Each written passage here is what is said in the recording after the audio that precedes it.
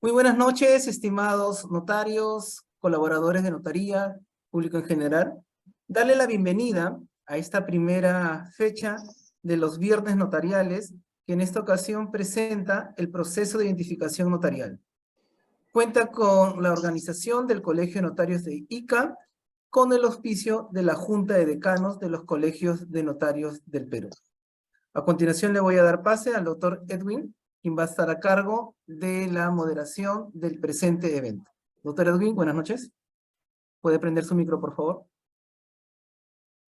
Buenas noches, doctor Edgardo Hawkins, presidente de la Junta de Decanos, señor doctor Javier Ramos, decano del Colegio de Notarios de Ica, Gerardo, colegas notarios que nos escuchan y nos están viendo. Voy a tener a bien a presentar a nuestro decano para que en calidad de decano haga la presentación de nuestro presidente de la Junta de Decanos, el doctor Edgardo Hawkins. Adelante, señor decano. Muchas gracias, doctor Edwin Vázquez. Primero, agradecer la presencia de todos quienes estamos participando de este evento. Gracias en nombre del Colegio de Notarios de Ica. Con este evento damos inicio a los viernes notariales que ya desde el año pasado viene organizando el Colegio de Notarios de Ica. En esta oportunidad con el auspicio de la Junta de Decanos de los Colegios de Notarios de Perú. Es preocupación del colegio y de sus integrantes la capacitación constante de todos sus miembros y en general de todos los notarios, trabajadores de notaría y público en general.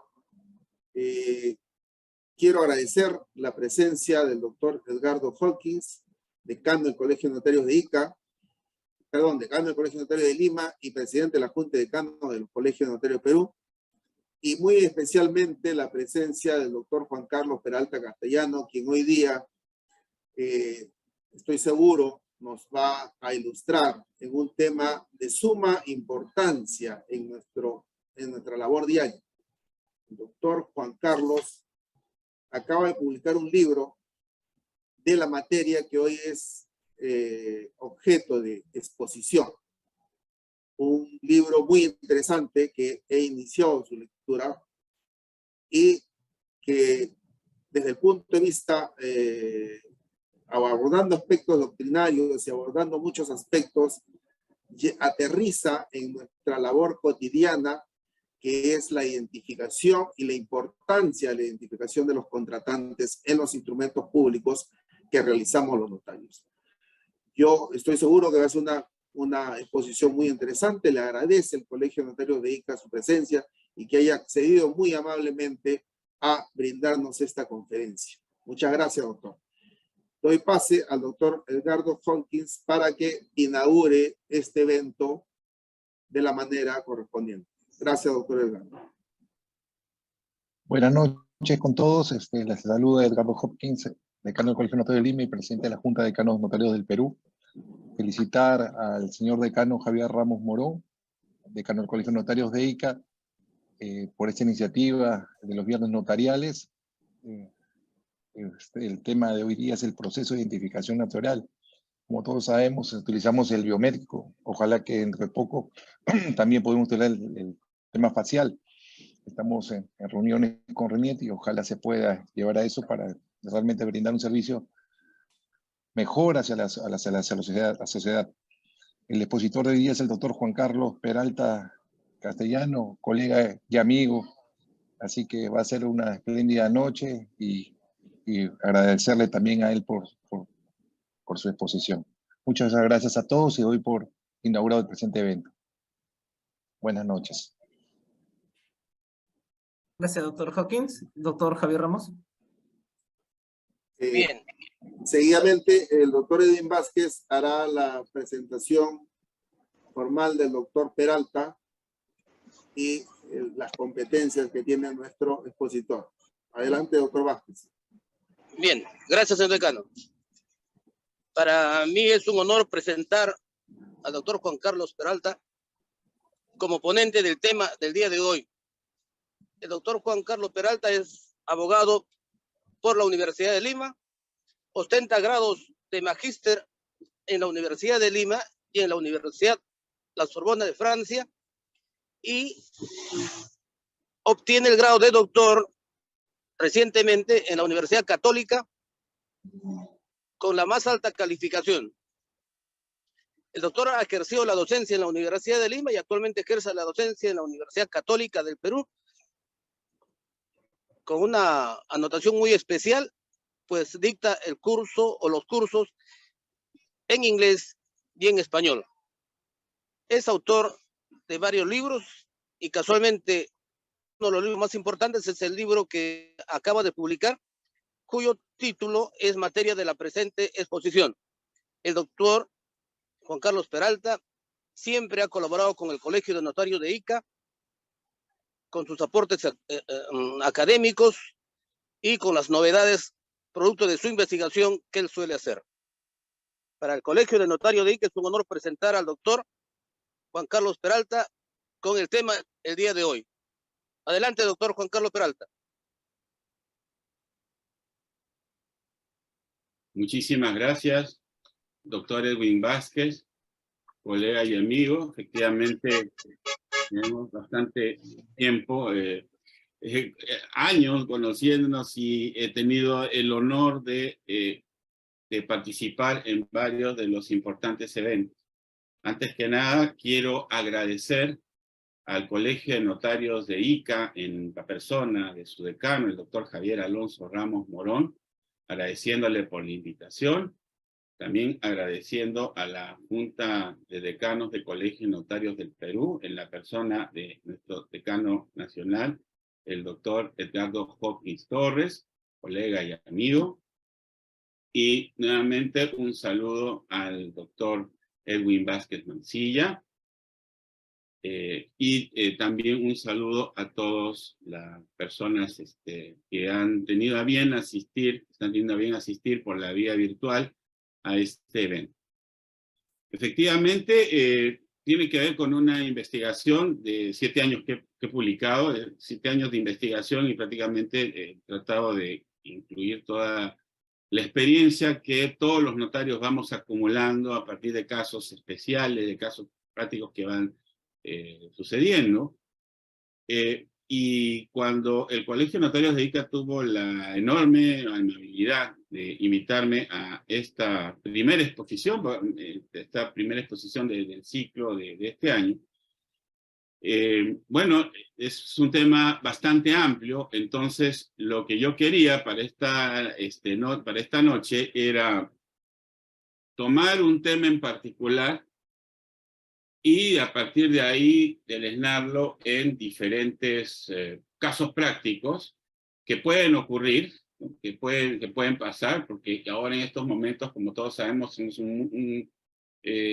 ahora con estas nuevas tecnologías de las comunicaciones, la facilidad con la que se viaja, la facilidad con la que se invierte, implica la colisión de sistemas legales, de sistemas de nombres, de lo que se llaman los estatutos personales, es decir, las personas junto con su mochila, junto con su maleta, cuando miran a otro país o viajan a otro país o invierten en otro país, traen, además de todas sus cosas, sus normas particulares.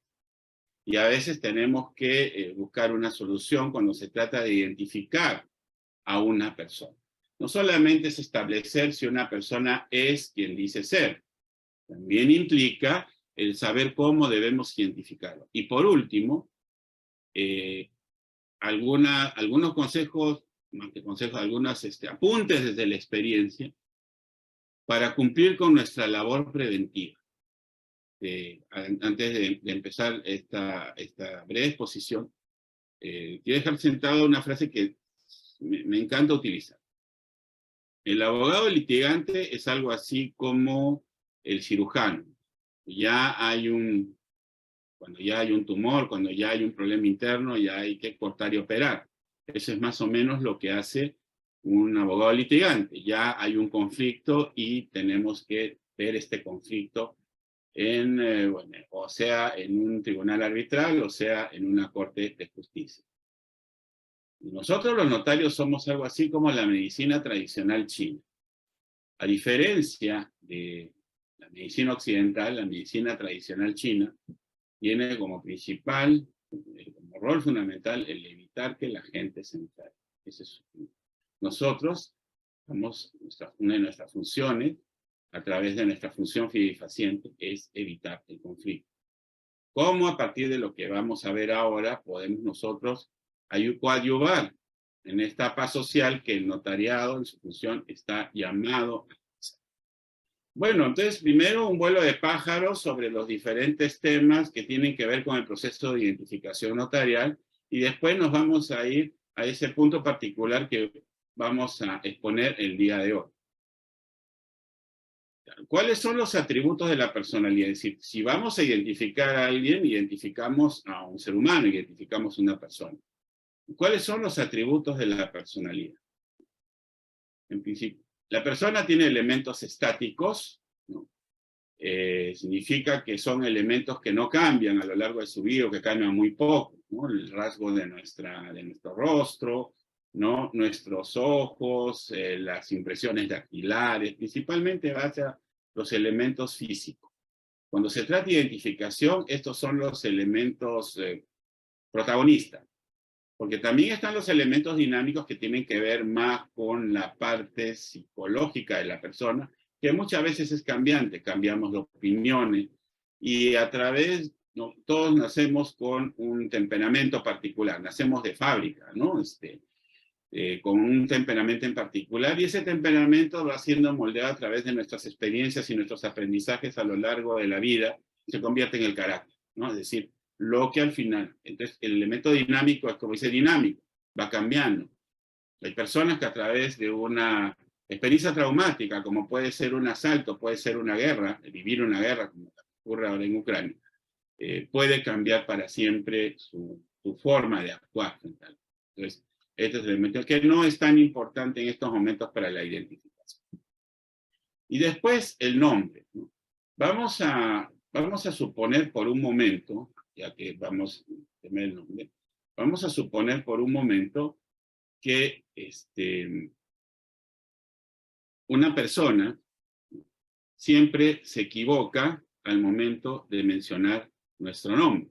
Es decir, una persona, por ejemplo, que se llama David, después lo vuelve a encontrar y le dicen, hola Darío, no, me llamo David. Pero yo me llamo David, ¿no? ¿Por qué me vuelves a llamar Darío? Una y otra vez. Pero cuando eso ocurre, eso nos molesta en general, ¿no? Nos podemos sentir inclusive ofendidos. ¿Y por qué nos ofende o nos molesta el hecho de que no recuerden nuestro nombre? Nos molesta que no recuerden nuestro nombre porque el nombre no es simplemente algo como una etiqueta. El nombre nos evoca a la persona. Cada uno de nosotros pone sus valores, sus creencias, sus amores, sus miedos, y todo eso está encauzado en el nombre. Así de importante es el nombre en este caso, ¿no? Entonces, de esto vamos a hablar bastante. También la nacionalidad, vamos a ver que cuando una persona nace es inscrita y es acogida por un Estado nacional. Vamos a ver que todos estos elementos se van interrelacionando uno tras otro. Otro elemento que tiene que ver justamente con los elementos estáticos es la biometría. Todos tenemos una forma del rostro, el iris de nuestros ojos es de una manera irrepetible, lo mismo las impresiones dactilares. Entonces esto sirve también para la identificación de las personas. Ahora, siempre el ser humano tuvo la idea de que, para empezar, que las impresiones dactilares eran unívocas, solamente, en general, era bien difícil que se repitieran, bien difícil, ¿no? Vemos que hay hasta tablillas de 4000 años de antigüedad en las que el escriba pone su impresión dactilar al final de la tablilla de abajo. Pero recién eso lo prueba científicamente un croata nacionalizado argentino, Iván Vucetich, él prueba que no existen dos seres humanos con impresiones dactilares iguales. Esto va a ser importante para la identificación notarial. Estamos a vuelo de pájaro, como les digo, ¿no? Y todos estos elementos son subsumidos en los documentos de identidad. En los documentos de identidad constan los atributos anteriores. Habíamos hablado, por ejemplo, este es un pasaporte que publicó Migraciones, para publicitar en el momento en que recién se empezó a emitir el pasaporte biométrico. Así que esta es una imagen de propaganda de una institución pública. No estoy publicando un documento privado, por si acaso, ¿no? Y Migraciones utilizó el apoyo de don Juan Diego Flores, nuestro tenor famoso, para publicitar este nuevo pasaporte súper seguro. Y acá vemos que están los elementos. Está el nombre, los prenombres, los nombres de pila, los apellidos de los cuales hablaremos. Está la nacionalidad de la persona. Están los elementos biométricos que no están físicamente, en su mayoría no están físicamente puestos, sino que están en el chip y pueden ser corroborados por unas máquinas lectoras especiales que tienen un estándar internacional. Y otro elemento biométrico es justamente el rostro, ¿no? Es para poder definir qué persona es la que está identificándose, podemos de alguna manera corroborar el rostro. Y este es un elemento conductual, que es la firma, ¿no? Es también un elemento biométrico conductual. La firma que no es tan infalible en el caso de la grafotecnia, pero ayuda bastante para efectos de la identificación de las personas, ¿no? Hay técnicas que pueden ayudar a diferenciar una firma real de una falsificada. Desde ahora ya decimos, los notarios no somos peritos, utilizamos nuestro leal saber y entender para poder evitar las suplantaciones y ahora con el apoyo de la tecnología. Muy bien. Aquí empezamos entonces, ¿no? El tema de la identidad personal. ¿Y cuál es la parte que yo he escogido para hablar casos prácticos, resolver casos prácticos que se pueden presentar para efectos de la identificación notarial y para prevenir problemas futuros? Vamos a hablar del nombre. En este caso, ¿no? Bien, muy bien. ¿Cuáles son los problemas que tenemos? Y si alguien, para quienes no están viendo la pantalla, les recomiendo que en estos momentos ya lo hagan, ¿no? Porque van a aparecer datos muy interesantes y para que se pueda seguir de una mejor manera la exposición. Transliteración es, obviamente, nuestro idioma no tiene todos los sonidos del mundo. Hay idiomas que tienen sonidos que no existen ni en el castellano ni en ninguna lengua romance. Entonces, cuando estas personas vienen al Perú y tienen que ser identificadas con carnet de extranjería o con sus pasaportes o sus documentos de identidad originales, ¿cómo hacemos para transcribir al alfabeto latino estos nombres que son tan difíciles de pronunciar? Y antes de que se pueda pensar, pero ¿eso qué tiene que ver con nosotros? Van a ver que tiene mucho que ver con nosotros. Un ejemplo fácil de transliteración. El personaje que vemos en estos momentos en pantalla, he utilizado un personaje muy conocido para facilitarme la explicación. ¿Cuál es el nombre de la persona que tenemos en estos momentos en nuestras pantallas? Bueno, el nombre de la persona que tenemos en nuestras pantallas es este. Pero obviamente para poder pronunciar esto necesito traer aquí a un hablante nativo del chino mandarín. Entonces, estudios se han hecho para poder transliterar, es decir, convertir estos sonidos del idioma chino, ¿no?, que están representados en estos ideogramas, al alfabeto latino. Hubo un sistema anterior llamado Weil-Giles, en la que decían el nombre es Mao Zedong, pero no era tan acucioso, no era tan cercano a la pronunciación original del chino. Se creó un sistema de transliteración mixto, el pinyin. Entonces ahora, en todos los libros modernos sobre la historia de China, temas históricos, en la que se refieran a este personaje, van a ver que ya lo escriben como Mao Zedong, más parecida a la pronunciación original china, que es algo así como Mao Zedong, algo así, más o menos. Pero como les digo, tendría que traer a un experto en idioma chino. Ese es un tema, la transliteración. Y vamos a ver casos prácticos de aquí, del Perú, en el que esto ya alcanza una importancia. El otro tema es los diferentes sistemas de nombres que pueden implicar a personas que pueden tener la nacionalidad peruana. Nosotros lo tenemos muy sencillo. Bueno, nosotros utilizamos el sistema español. El sistema español es El nombre de pila más el apellido paterno más el apellido materno.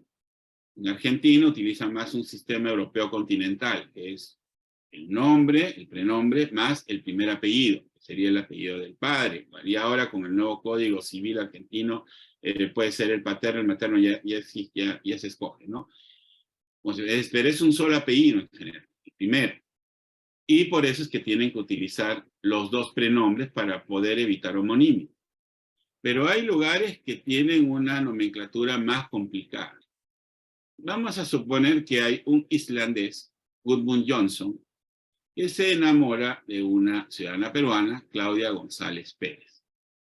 Ambos van a tener una hija que va a tener derecho por ius sanguinis, es decir, por el hecho de que su padre sea islandés, va a tener derecho a la nacionalidad islandesa y la van a inscribir en el registro civil de la Reykjavik, vamos a suponer.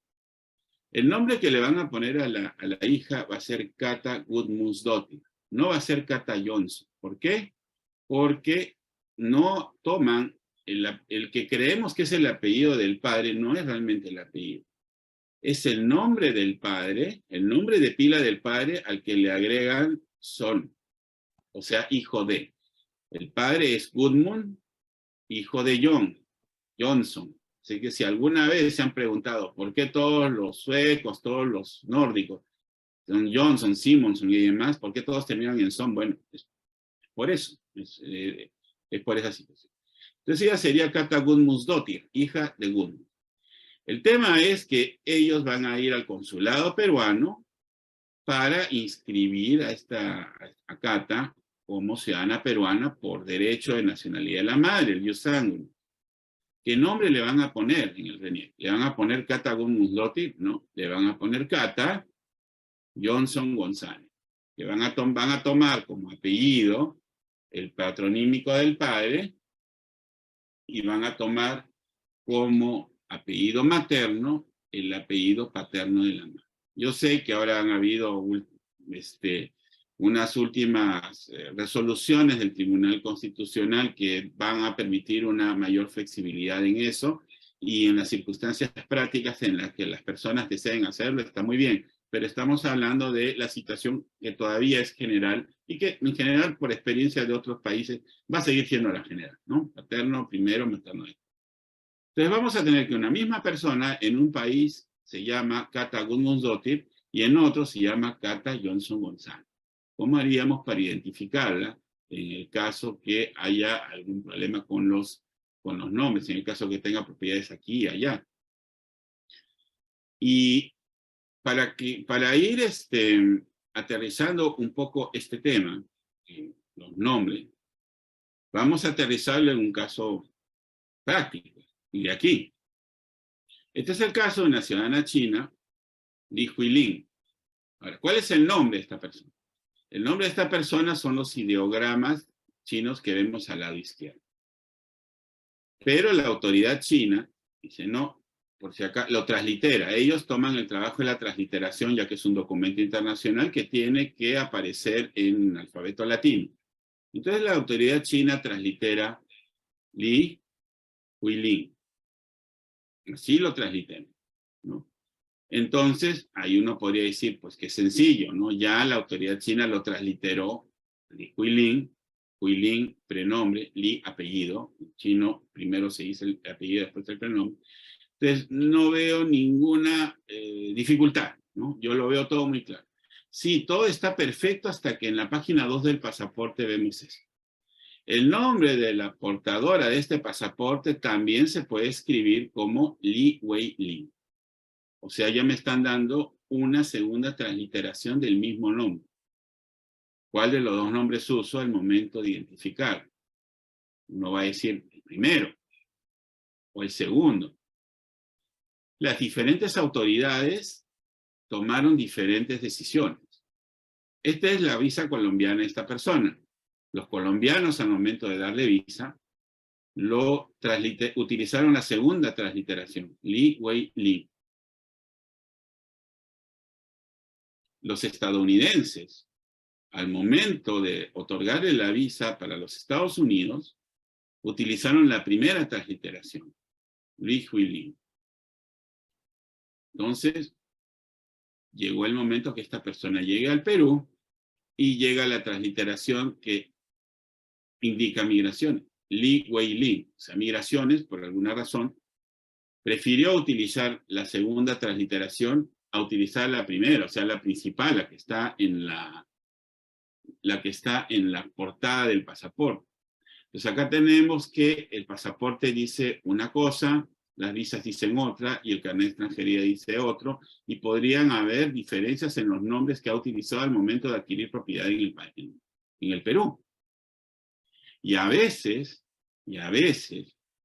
ocurre que después de hacer bastantes averiguaciones, de revisar los documentos, la misma autoridad nacional no llega a establecer cuál debe ser el nombre de la persona o cuál de las dos transliteraciones vale sobre la otra. Entonces tenemos inclusive documentos de identidad en los cuales, nacionales, esto en carnet de extranjería, en el que se ponen los dos nombres posibles. Chip Fun Chan o Yue Huan Xian. Son las dos transliteraciones posibles de la persona. Entonces acá tenemos una pregunta que vamos a responder en los próximos minutos. ¿Cómo hacemos para identificar a la persona? ¿Y cómo hacemos cuando una de las propiedades está en nombre de una transliteración o la de otra? O cuando, no tenemos, o cuando la persona ha cambiado de nombre, ha renunciado a su nacionalidad peruana y ya no tiene documentos de identidad nacionales que demuestren, o sea, todavía vigentes, ¿no? Que puedan establecer la unión entre el nombre que utilizó en un momento dado y el nombre que cambió después. Bueno, este tipo de situaciones los vamos a ver en un momento más. Yo había mencionado que llega un momento en el que nosotros, los notarios, tenemos que pensar en evitar problemas al futuro. O sea, eso siempre es nuestra función, esa es prácticamente una de las formas de ser el notariado. Evitar los conflictos futuros.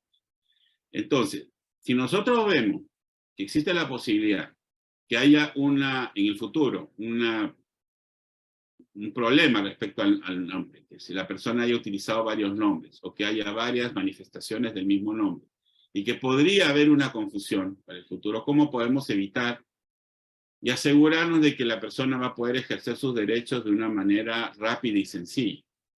Este es un caso de un ciudadano alemán que fallece y que acá hay un tema que es mucho más sencillo, más común que el tema de los chinos, ¿no?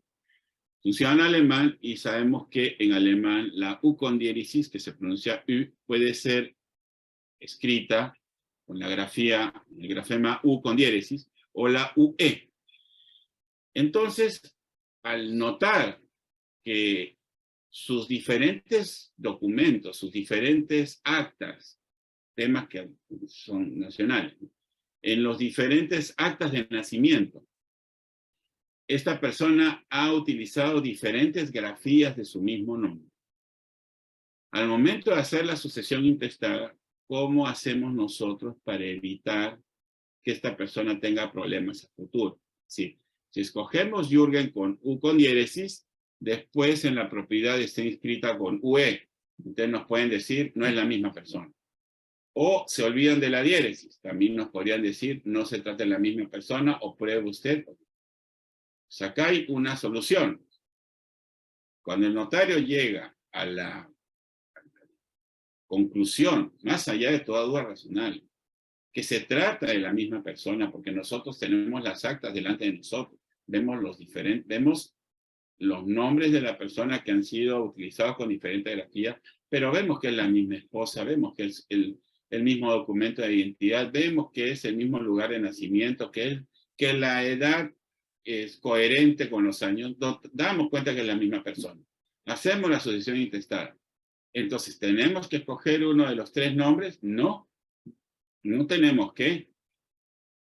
Debemos pedir al registro público que ponga las tres opciones, que ponga los tres expresiones de un mismo nombre, porque estamos hablando de un solo nombre que tiene una que tiene una grafema particular en idioma alemán. Pero para evitarle problemas en el futuro a su ciudad, a los herederos de este ciudadano alemán, le pedimos al registro público que ponga los 3 expresiones del mismo nombre de la persona. Y con esto le evitamos problemas en el futuro.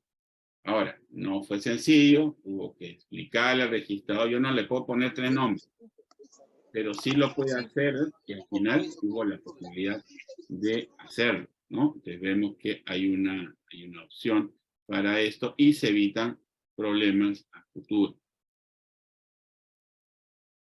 Ahora vamos a hablar entonces temas respecto a la identificación oficial, ¿no? Obviamente, el primero de los derechos de la persona es el derecho al nombre, y para ello hay que inscribir el nacimiento de una manera oportuna. Distintas sentencias de las distintas cortes de derechos humanos, la interamericana, la europea, consideran que un derecho humano es la inscripción oportuna del nacimiento. ¿Alguien interviene? Creo que hay un sonido. Ok. Bien. La inscripción oportuna del nacimiento genera algo muy importante. El primero de los derechos genera el reconocimiento del estado de la existencia de la persona y le otorga ciudadanía.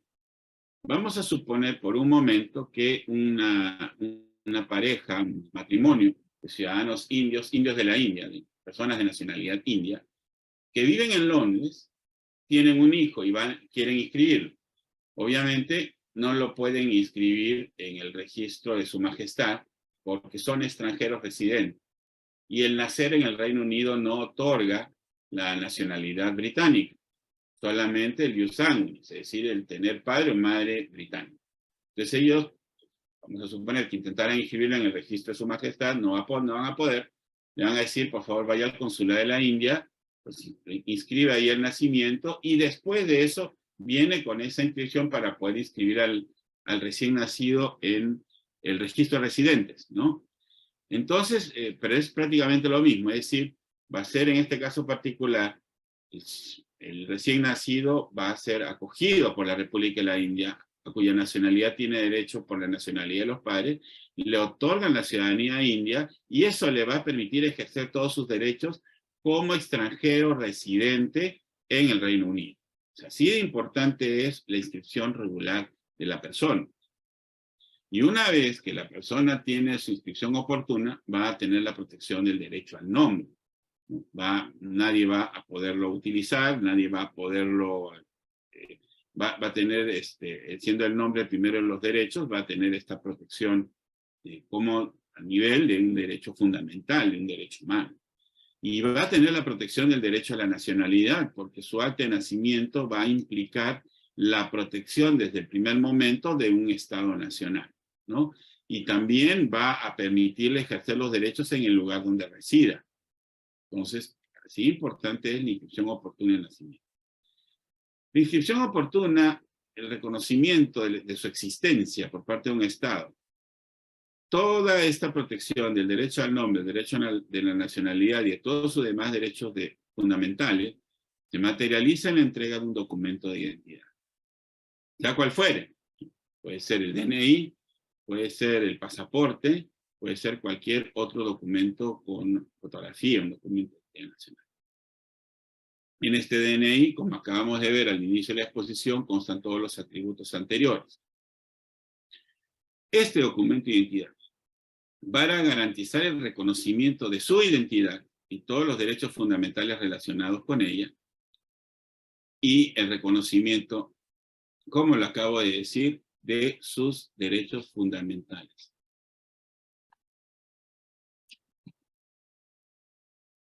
Bien, ahora, temas respecto a la identificación.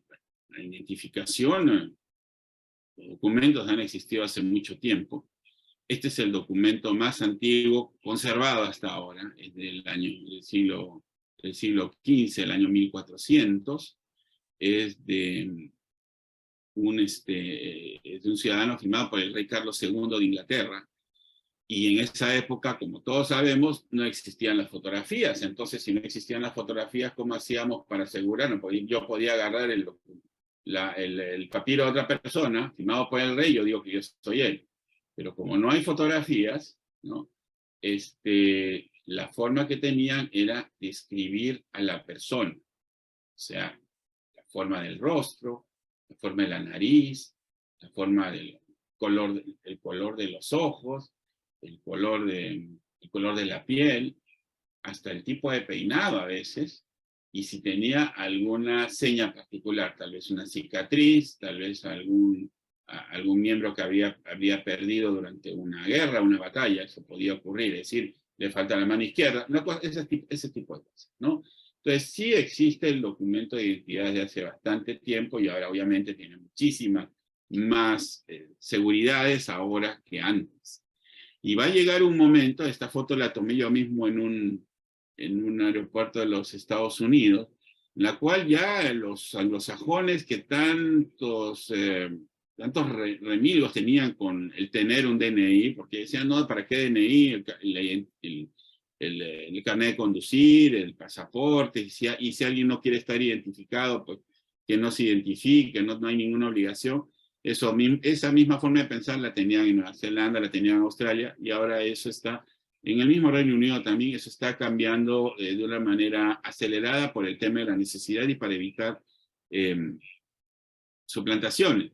Y va a llegar el momento que al final, como dice ahí, uno mismo va a hacer su DNI. Es decir, los sistemas van a podernos identificar, van a poder identificarnos, y solamente con el hecho de pasar por un escáner van a saber quiénes somos nosotros. Y ya no vamos a necesitar un DNI físico. En algún momento eso va a ocurrir. Es más, existe, por ejemplo, en China, en varios lugares, hay pantallas electrónicas en las que las personas pasan y hay un escáner facial que identifica a la persona y la persona se ve a sí misma en la pantalla y con el nombre al lado. Es una forma de decir, yo sé, esto acá te lo muestro, ¿no? No sabes dónde más puedo ubicar, o sea, sé dónde está. Sé lo que hiciste el verano pasado. Entonces, bueno, esa es, digamos, la parte tanática de esta nática, ¿no? La parte mala, la parte que podría llegar a la parte oscura de esta identificación biométrica.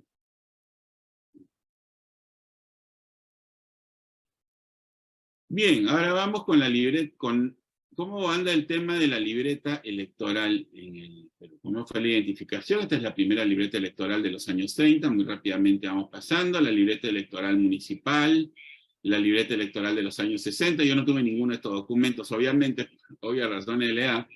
Este es un documento bien particular, ¿no? Este es la credencial de inscripción, que era en aquella época las personas no eran iletradas, no podían votar, entonces no tenían libreta electoral, pero se les daba este documento de identidad. La primera libreta electoral para todos fue esta, la de 1980, la de 8 dígitos, ese fue mi primer documento de identidad. Y después, como todos sabemos, vino el DNI con la modernización, la refundación del Estado peruano en los 90, y tenemos también el DNI electrónico, que tiene algunos años, lo conocemos perfectamente, nosotros lo utilizamos para ingresar al CID, así que, bueno, o el token. Y lo que ocurrirá en algún momento, ya está en prueba, el DNI virtual, el DNI móvil. El documento de identidad móvil que me tocó tener a mí fue el carnet universitario europeo, que es así móvil, se carga y tiene, se tiene en el móvil, ¿no? Y tiene un montón de seguridad, es decir, no funciona con una... No es que yo pueda tomar una foto, una captura de pantalla y decir que ese es mi DNI. Es un sistema que es muy seguro, es un sistema muy seguro, y cualquier sistema diferencia el verdadero DNI móvil cargado en el celular respecto a una simple captura de pantalla. En general es seguro. Ahora, estamos hablando de temas de extranjeros. Hay dos grandes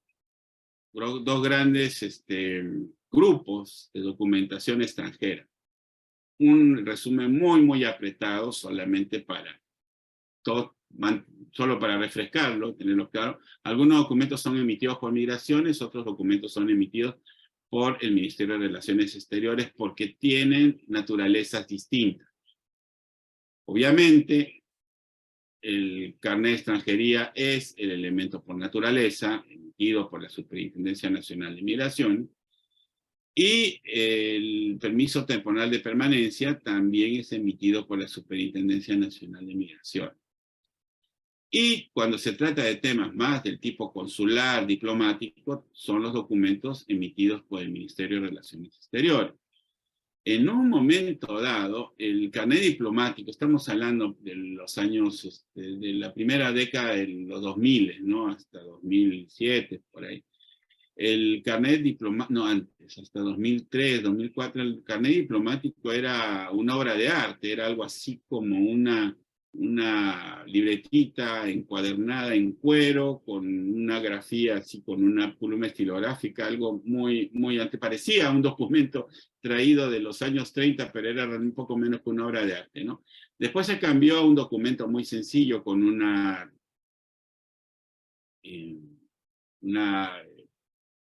era una cartulina, pero ahora sí ya tiene bastante seguridad, ¿no? El carnet de identidad diplomático y los carnets de identidad consulares, para funcionarios consulares, y para otros tipos de funcionarios, también extranjeros y también que tengan que ver con los servicios diplomáticos y consulares, son emitidos por el Ministerio de Relaciones Exteriores y tienen bastantes seguridades en la actualidad. Porque en una época había que llamar me parece que era la dirección de protocolo del Ministerio de Relaciones Exteriores para corroborar la autenticidad de un carnet diplomático. Ahora ya no es necesario, están emitidos con una total seguridad. Y este también es un tema que es interesante de alguna manera aprovechar para mencionarlo en esta exposición. Muchas veces he escuchado el nombre del carnet de refugiados, el carnet de refugio. En realidad el carnet del refugio no existe. Lo que existe es el carnet del solicitante del refugio. Es decir, una persona que por alguna razón tema, ¿no?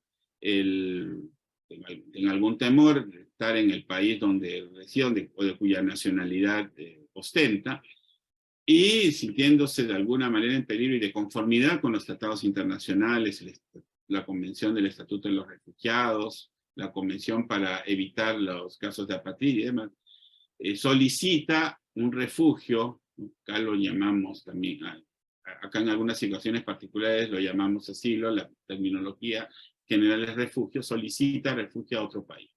Entonces, como este sistema, como esta solicitud tiene que ser evaluada por el país que recibe la solicitud de refugio, hay un lapso en el cual esta persona va a estar a la espera de la decisión del gobierno, a quien ha pedido el refugio. Entonces es para ese lapso en particular que por tratados internacionales se le tiene que entregar a la persona un carnet de solicitante a refugio. Es alguien que está solicitando un refugio. Y ese carnet le permite trabajar. Y dependiendo del país, porque eso sí no está en los tratados internacionales, puede realizar actividades económicas, como por ejemplo comprar bienes, ¿no? Pero eso ya va a depender de la regulación interna del país. Lo que el tratado internacional exige a todos los países que le permita trabajar y ejercer actividad remunerada en el país donde está. Entonces, eso es mientras se resuelve su situación de refugiado. Que se puede resolver negativamente, en cuyo caso ya se le da un plazo para que abandone el país, o puede resolverse positivamente, en cuyo caso recibirá un carnet de extranjería, porque se va a convertir en un residente legal permanente. Entonces, entre comillas, el carnet del refugiado es el carnet de extranjería. Y el que normalmente llaman el carnet de refugiado es un carnet de solicitante de refugio. Entonces, Acá tenemos la situación particular. Muy bien. Y nosotros también otorgamos visas, así como otros países nos piden visa a nosotros. El Perú también emite visas y las visas son emitidas por el Ministerio de Relaciones Exteriores. Son solicitadas a los diferentes consulados en el Perú, en el extranjero. Hay algunos, bueno, esta es una visa a un ciudadano marroquí, ya hemos firmado un convenio bilateral con Marruecos, entonces nosotros ya no necesitamos visa para ir allá y ellos tampoco para venir acá. Pero hay otros países, por ejemplo, la misma China, la República de la India, requieren una visa del Perú para poder visitarlo, y muchos otros países también. Entonces, este es también un documento que va a permitir el ingreso como una decisión soberana de la nación que emite la visa, o el visado. Pues la visa es más un anglicismo, visado es la palabra castellana, pero digamos, visa es la palabra que sea que ha entrado en el inconsciente colectivo, ¿no? Al menos hispanoamericano, porque España sí te pone bien fuerte, ¿no? Visado. Este documento también es interesante para efectos de identificación de extranjeros. No es fácil de encontrar, ha ocurrido varias veces que han llegado. ¿Qué ocurre, por ejemplo, cuando una persona que tiene una situación particular con su estado, con su estado de procedencia? Por ejemplo, el estado de procedencia puede haberle negado o suspendido la nacionalidad, sea por normativa interna o sea por una situación abusiva, como ha ocurrido recientemente en Nicaragua, ¿no? Que están quitándole la nacionalidad a varias personas, ¿no?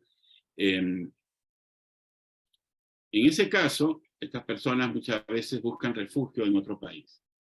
Y en ese país al que han llegado, no les pueden emitir un pasaporte. Por ejemplo, una persona refugiada llega al Perú, no tiene un carnet, no tiene nada para viajar a otro país, no tiene nada donde moverse internacionalmente. No le puede pedir al Perú un pasaporte, porque es por la sencillísima razón que no es peruano. Solo se emiten pasaportes nacionales. Entonces, ¿qué ocurre? ¿No puede moverse del país? No, sí va a poder.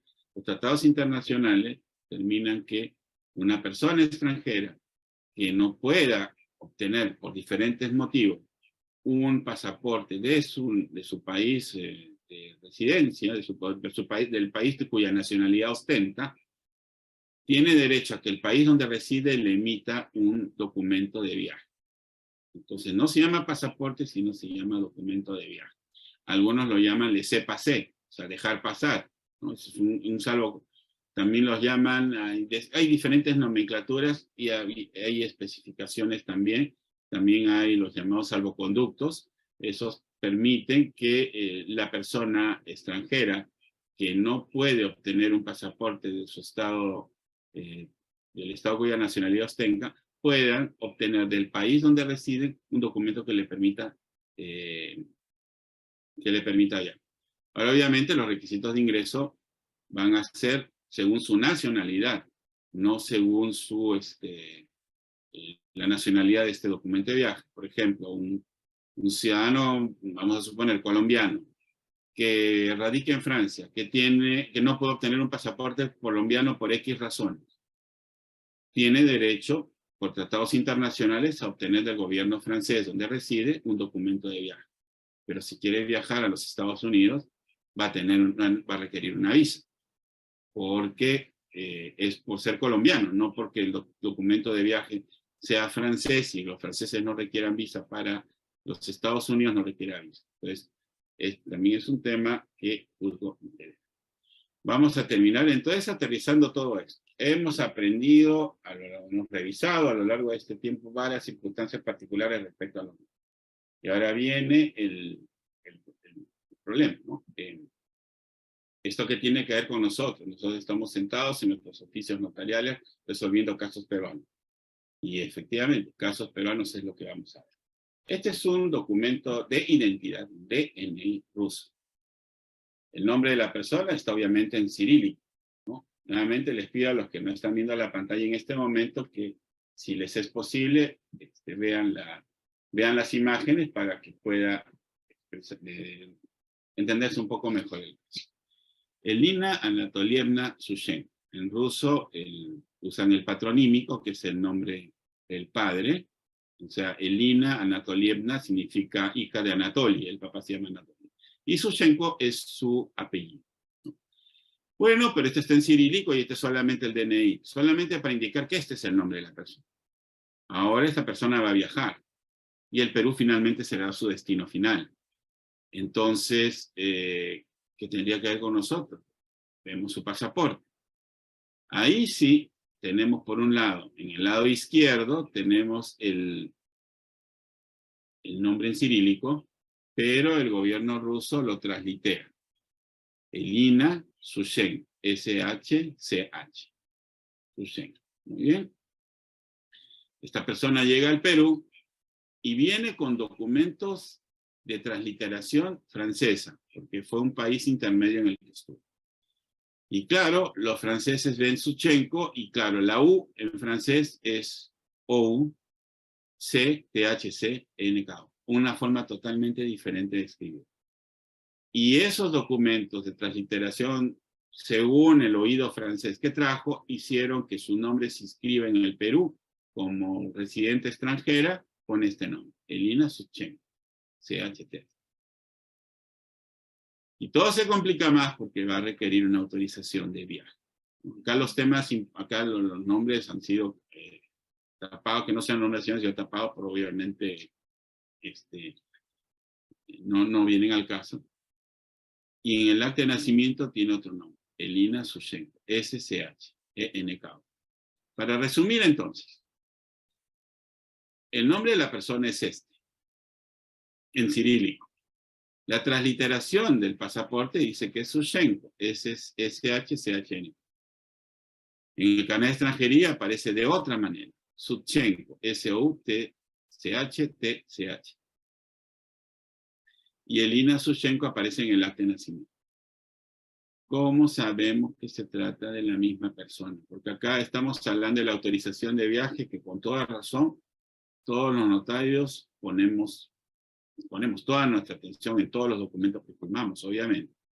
La autorización de viaje tiene un tema de responsabilidad particular que hace que caminemos, como se dice, pisando huevos o como en un edificio en llamas. Tenemos que estar bien seguros de lo que estamos haciendo. ¿Cómo establecemos que se trate de la misma persona?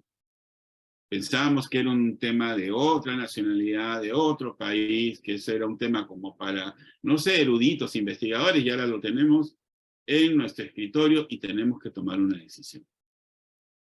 Una solución práctica es una constancia, pedirle a la persona, recomendarle a la persona que solicite a su embajada o su consulado local que emita un documento que certifique que todos estos nombres pertenecen a la misma persona.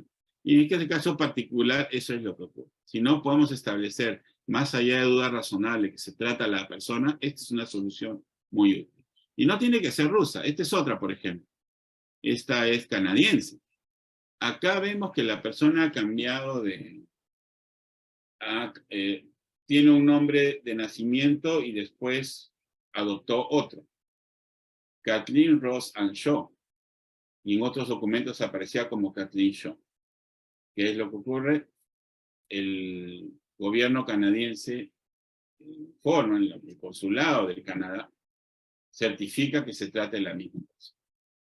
Y bueno, en la obra en investigación publicada hay muchos casos parecidos, muchos casos como estos, y de otros temas que todavía pueden parecer hasta un poco más elaborados, pero créanme que tienen importancia porque han ocurrido. O sea, son requirentes que han necesitado una solución al problema que tenían.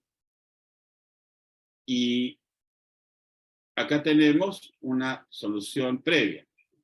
Mejor dicho, una forma que podemos nosotros aplicar para evitar que las personas tengan problemas, como ya lo han. Y yo a esto quiero referirme a las palabras de mi gran amigo, el doctor Sebastián Justo Pozola. Él siempre, cuando habla del tema de la prevención, de la labor del notario en el momento de prevenir los conflictos, él siempre habla de que el notario debe cumplir los objetivos del derecho en paz. Nosotros estamos llamados en este sacerdocio civil, prácticamente, señor Darío, a evitar los conflictos, a visorar qué conflicto podría haber y evitarlo en una.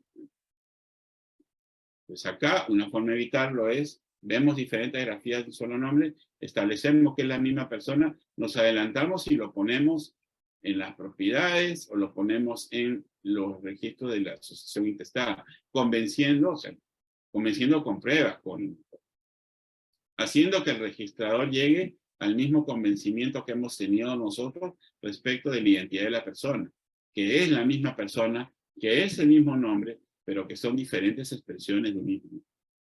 Y por ejemplo, hasta en los testamentos.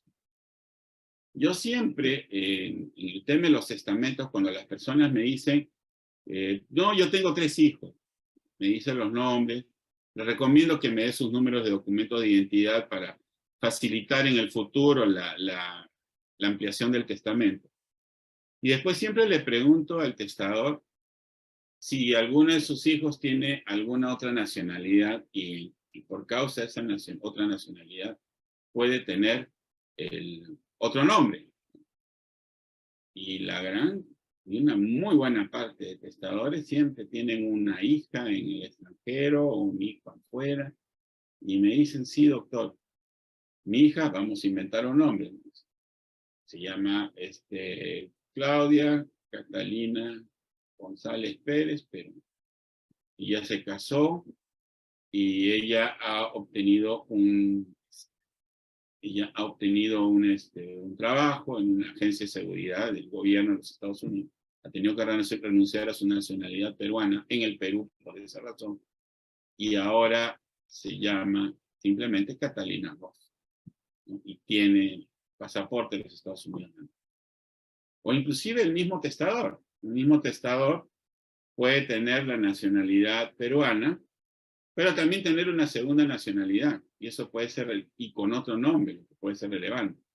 Entonces, en el texto del testamento, normalmente pongo, mis herederos son, y esta hipotética, no me acuerdo el nombre que acabo de inventar, pero digamos Catalina Georgia González Pérez, con DNI tal, ¿no?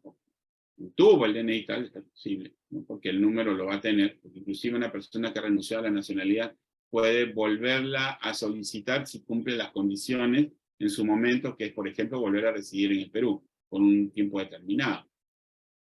¿Quién ostenta además la nacionalidad estadounidense con pasaporte de los Estados Unidos de América, número tal, donde aparece como Catalina Ross? Y ahí evitamos los problemas. Hay países que para obtener la nacionalidad, hay que renunciar a la nacionalidad peruana en el Perú. No se puede obtener la nacionalidad alemana si uno previamente no demuestra que ha renunciado a la nacionalidad peruana. Claro, no se va a quedar apátrida porque hay un tratado internacional al respecto. Hay un trámite que evita que la persona en un momento dado se quede sin nacionalidad. Eso puede ser objeto de una exposición particular sobre el tema, pero está justamente en la obra que han mencionado amablemente nuestros anfitriones de esta exposición. Pero puede ocurrir que una persona haya usado un nombre toda su vida, después obtiene la nacionalidad alemana, tiene que renunciar a la peruana, pierde sus documentos peruanos y ahora ya tiene un nombre totalmente diferente porque puede haber adoptado el apellido del esposo, ¿no?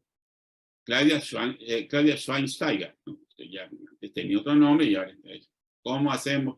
Ahora regresa al Perú, sus derechos están como Claudia Fernández Pérez, Claudia María Fernández Pérez, pero ahora solo tiene un pasaporte alemán que dice Claudia Schweinsteiger. ¿Cómo hacemos para determinar que se trate de la misma persona?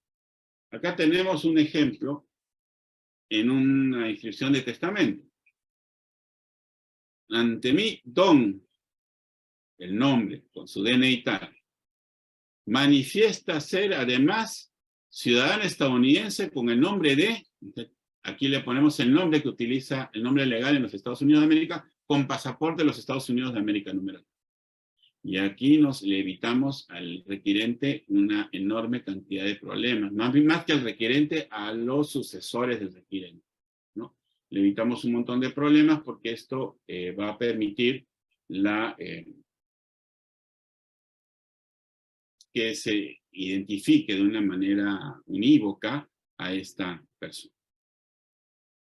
Y esos son los aportes que yo puedo agregar en esta breve y pequeña exposición, que solamente es una probadita, es como cuando uno va a la heladería y le dicen, me da, por ejemplo, me da de probar el pistacho y le dan una cucharita. Bueno, esta ha sido una cucharita, pero creo que ha sido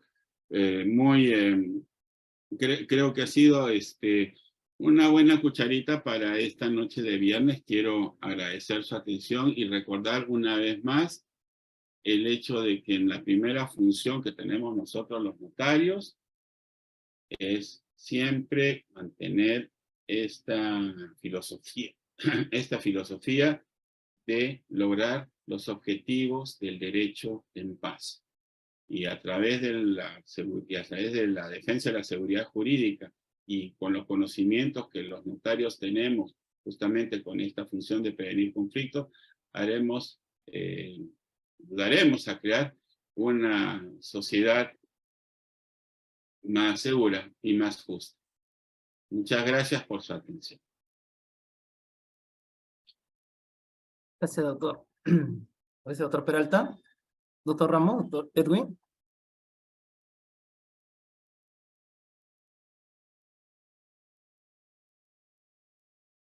Si tuvieran alguna pregunta, por favor, hacerla en el chat o solicitar acceso para darles permiso para activar su audio.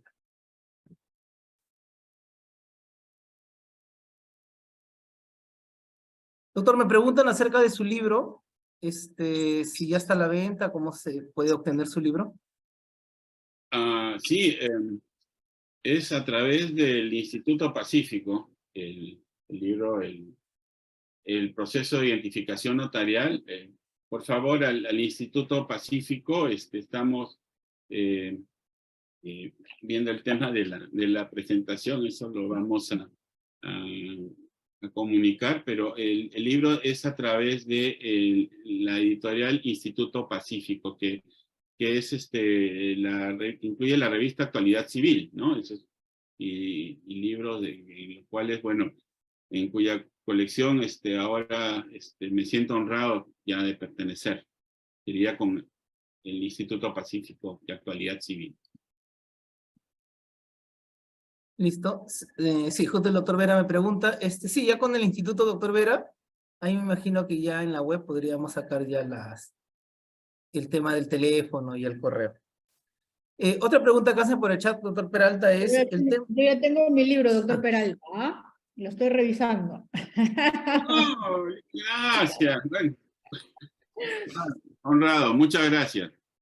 Me voy a tomar la molestia de ir a visitarte para que me lo autografíes. Muchísimas gracias.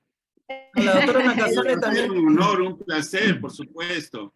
El tema es sumamente interesante, todavía no he terminado de leerlo, estaba revisando algunas cositas bien interesantes que me imagino que esta exposición, Juan Carlos, va a dar para muchas otras conversaciones contigo, y ojalá también Lima tenga la oportunidad de contar con tu participación en este tema. Felicitaciones, está lindo tu libro. Muchísimas gracias, honrado por tus palabras, Ludi, gracias. ¿De qué? La doctora Nakazone también, veo que también tiene el libro ahí. Gracias, doctora. Muchas gracias. Magnífica investigación, doctor, felicitaciones. Ahí estamos todos los días leyendo un poquito más. Honrado, muchas gracias. Una cosa que sí me ha encantado, bueno, la edición, eso sí lo voy adelantando, es primorosa. Realmente los editores realmente han demostrado su excelencia, porque inclusive hay inscripciones en chino, en árabe, en hebreo, ¿no? Que cuando se va explicando la historia, sobre todo en la parte del nombre y también la parte de la nacionalidad, los caracteres en otros alfabetos y otros idiomas, el cirílico, los han puesto correctos, tal cual se escribe, ¿no? Y eso no es tan sencillo porque el árabe se escribe de derecha a izquierda, y el hebreo lo mismo, y los caracteres perfectos. O sea, cuando me dieron para revisarlo, realmente me quedé impresionado en la calidad del trabajo del editor. Así que muchas gracias por sus palabras. Gracias, doctor. Doctor Peralta, que hay dos preguntas en el chat que realizan. Dicen, ¿qué piensa usted que el propio notariado tenga su propia base de datos de identificación de peruanos, en vista que RENIEC no es una institución que tenga estables sus servicios? Y la segunda pregunta es, de todos los sistemas biométricos que utiliza el notariado, ¿cuál cree usted que es el más seguro? Ya, mire, hay un tema que sí quiero hablar de esto, ¿no? Por ejemplo, en cuanto a la biometría, mire, ¿cómo funciona, por ejemplo, en el iPhone, la identificación facial? Porque en el iPhone es la identificación facial. No sé, todos cuando hemos comprado un iPhone hemos tenido que estar en la tienda de Apple y hacer así, mover la cara una y otra vez. ¿Por qué? Porque el iPhone está verificando 30.000 puntos del rostro en 3D. Y cuando volvemos a poner nuestro rostro para abrir el teléfono, el iPhone está comparando en 3D 30.000 puntos de 30.000 puntos de comparación en 3D. Y eso es lo que le permite inclusive el podernos identificar con los lentes puestos, el podernos identificar con la mascarilla puesta. Y ese es un sistema seguro, cuando es 3D con 3D. Y el tema es por eso que en estos momentos el sistema más seguro que tenemos es el biométrico, la impresión dactilar, ¿no? Es el que tienen esto, porque el sistema de RENIEC es imagen plana con imagen plana. O sea, hay un nivel, no llega a ser esto realmente. Entonces yo personalmente, por el momento, considero que es la impresión dactilar de es la impresión dactilar del AFIS, ¿no? El sistema AFIS es en estos momentos el sistema de identificación más seguro que tenemos nosotros para identificar a las personas, ¿no? Y yo siempre he creído que se tiene que obedecer la ley. Si la ley indica que hay una identificación a través de la base de datos de RENIEC, hay que obedecerla. Pero el otro problema sobre el que tenemos que resolver es cuando se cae el sistema del RENIEC, que eso prácticamente es poco menos que el Armagedón para nosotros, ¿no? Tenemos que hacer uso de las diferentes capacidades, de los diferentes elementos de identificación. No podemos dejar al requirente sin poder ejercer sus derechos. Ese es un tema muy difícil y tenemos que verlo. Tenemos que estar en permanente conversación con las autoridades. Esa es mi respuesta.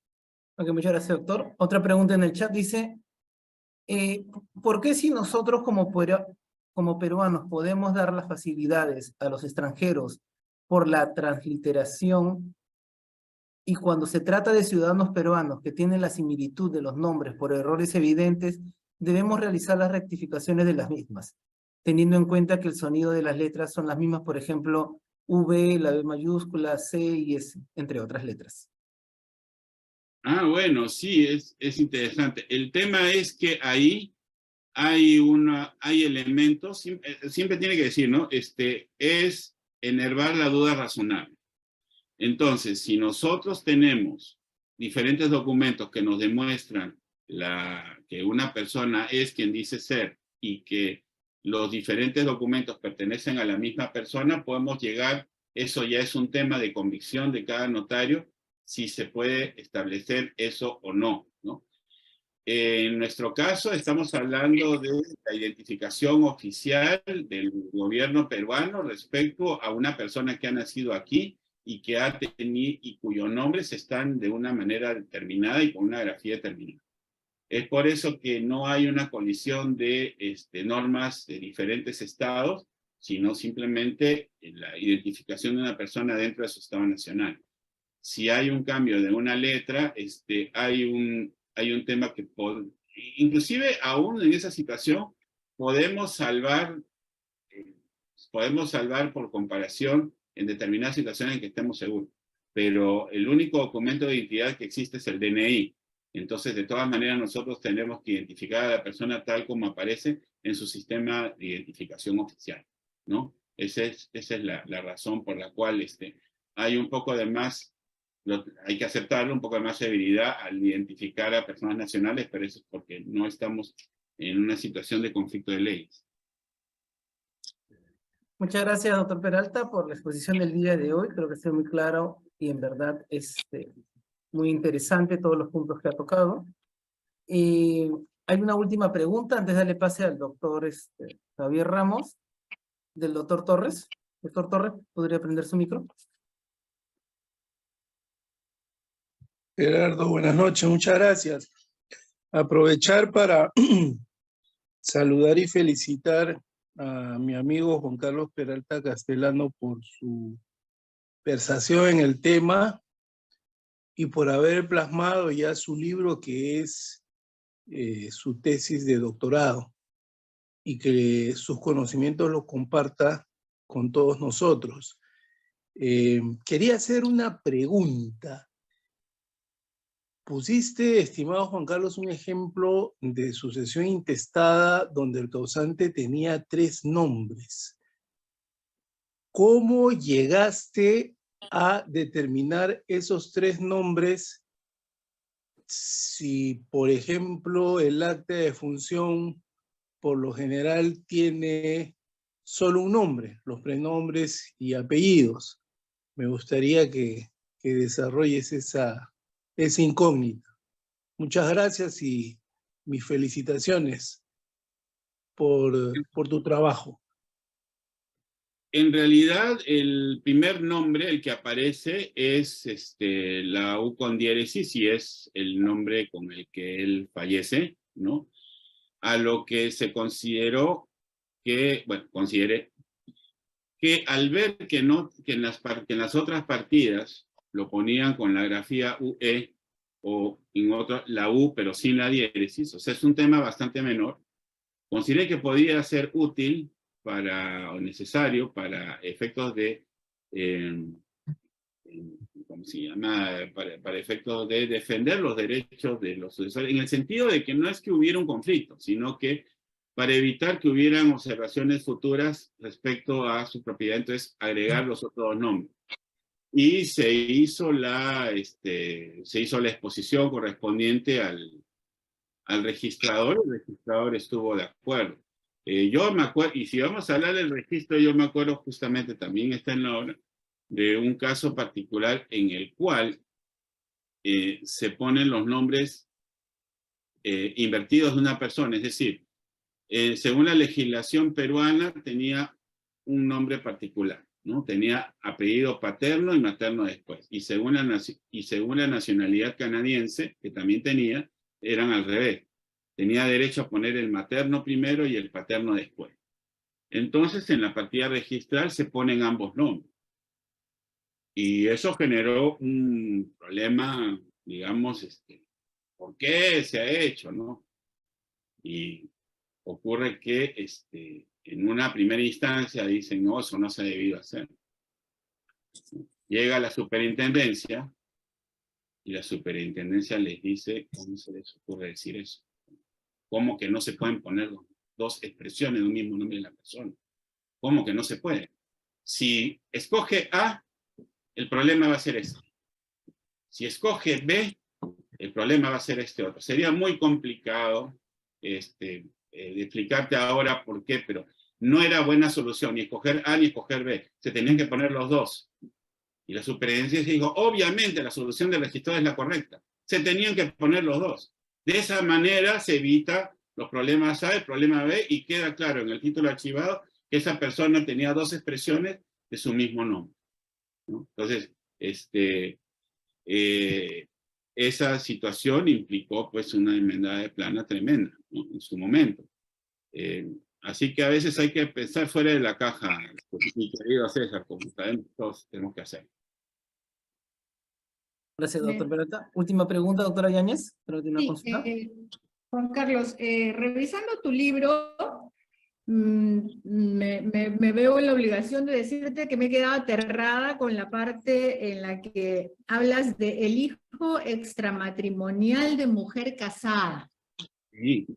La mujer casada que niega que su marido es padre del hijo y no menciona en la partida de nacimiento ni al marido ni al verdadero padre biológico, y en la actualidad puede inscribir ella sola a su hijo. En la partida, ¿se anota algo más al respecto o solamente el nombre de la mamá como única progenitora, digamos? Algo que nos dé alguna pista o algo en el momento en el que vayan a nuestras notarías para hacer el permiso de viaje. No hay nada. Nada, Esa norma es yo lo digo directamente, lo dije en su momento en una exposición que hice sobre el tema, es una aberración esa norma. O sea, sí. pone por encima el derecho de prácticamente un derecho omnímodo de la madre, de hijo, Sí. Su hijo nació entre el matrimonio pueda simplemente decir bajo su propia declaración que el hijo no es del padre, y es más, puede no solamente decir que no es del padre, puede decir no quiero decir quién es el padre, y lo inscribe ella como única progenitora, ¿no? Claro, claro. Sí, efectivamente. Y bueno, y se puede producir pues el hecho de que ella sola saque al menor del país y Exacto. nosotros nos quedamos sin mayor responsabilidad, ¿no? Porque ellos pueden, o sea, la mamá puede anotar al hijo ella sola y se acabó el problema. Así de simple. Claro, exactamente.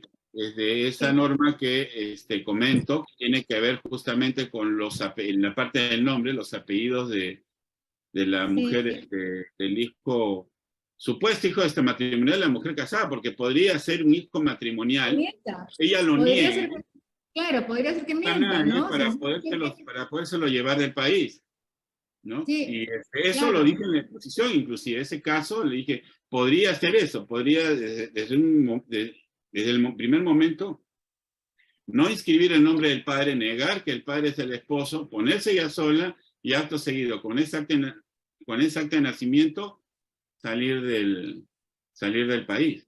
Claro que el padre, quien se crea, que sería el padre, el marido, ¿no? Podría hacer una impugnación judicial a eso, pero para entonces ya están en Tailandia, ¿no? Entonces, sí, esa norma es un peligro y La verdad que no se ha sí, hecho nada al respecto. no lo había pensado en esa magnitud y como te decía, no me quedo aterrada al revisar tu libro y realmente esa norma es peligrosísima. Gracias. Sí, muchas gracias. Gracias, doctor Peralta, por la expresión del día de hoy. A continuación, le damos pase al doctor Javier Ramos para que dé las palabras de clausura. Doctor Ramos. Doctor Juan Carlos Peralta, realmente ha sido muy exquisita la exposición. Es usted una persona que conoce muy bien este tema. Tenemos la tarea de leer su libro. Muchísimas gracias. Creo que ha sido muy claro y creo que es un tema que está para tranquilamente tratarlo en unas sesiones más. Esperamos contar en otra oportunidad con su presencia. Y yo quiero, antes de cerrar, bueno, agradecerle en nombre del Colegio de Notarios de Ica. Esperemos que nos acompañe próximamente. Agradecer a todos los asistentes, que en realidad han sido muy numerosos. Puedo decir que esta jornada o que esta capacitación ha sido un éxito porque hemos tenido muchos asistentes, doctor, lo que nos dice de lo excelente expositor que es usted. Además, no quiero irme sin hacerle una consulta. Estamos en estos momentos con problemas de RENIEC que lo vivimos a cada momento. Digamos que en algún momento el RENIEC se cae 2 días, 3 días, que puede pasar tranquilamente, ya se cayó uno completo casi, ¿no? El notario debe dejar de cumplir su función a esperar que el RENIEC reactive sus servicios, o debe trabajar conforme a las demás atribuciones que le brinda la ley en el caso de identificación de los comparecientes. Con eso cerraríamos, doctor. Muchas gracias nuevamente. Obviamente nosotros tenemos si vamos a hablar de contrato social, nosotros hemos firmado un contrato con la sociedad, el defender los derechos de los requirentes. Si llega un momento en que tenemos esta situación de una interrupción, pues podemos establecer primero con el requirente su situación de urgencia. Es decir, ¿podría usted volver después? Primero se le pregunta, ¿no? Doctor, nos expone por qué este servicio no puede ser postergado y nos vamos hacia los artículos de la ley del notariado. Debo decir, por ejemplo, que en la obra también hay una exposición sobre la cronología del artículo más cambiado de la historia de la normativa peruana, ¿no? El artículo 55 del decreto legislativo 1049. Llegó un momento en que prácticamente sancionaba al notario si es que no usaba el sistema biométrico como una obligatoriedad, y aunque hubiera tomado todas las otras previsiones, si no había habido una identificación biométrica positiva, iba a haber una sanción. Llegó un momento en la normativa que se llegó a establecer eso. Y los mismos requirentes, que no son abogados, que no están versados en el derecho, pero que uno internamente conoce lo que son los derechos de la persona, yo le explicaba la norma y me decía, doctor, ¿quién identifica, la máquina o el señor notario? Esa es sabiduría interna de la gente, es decir, la gente entiende. Así que sí, pues esta es la función que nosotros tenemos. Yo debo decir que yo prácticamente todos los días agradezco que haber tenido la oportunidad y el honor de ejercer esta noble función. Y sí, esas situaciones nos obligan a veces a tratar de llenar el espacio que un deficiente servicio podría crear, y nosotros lo tenemos que llenar siempre con esta función fideifaciente, doctor. Así es. Gracias, doctor. Gracias nuevamente. Damos por concluida la exposición y les agradecemos. El Colegio de Notarios de Ica agradece la presencia de todos ustedes y nos encontramos en otra oportunidad. Muchísimas gracias nuevamente, doctor Juan Carlos Peralta Castellano. Gracias a todos. Gracias, señor decano.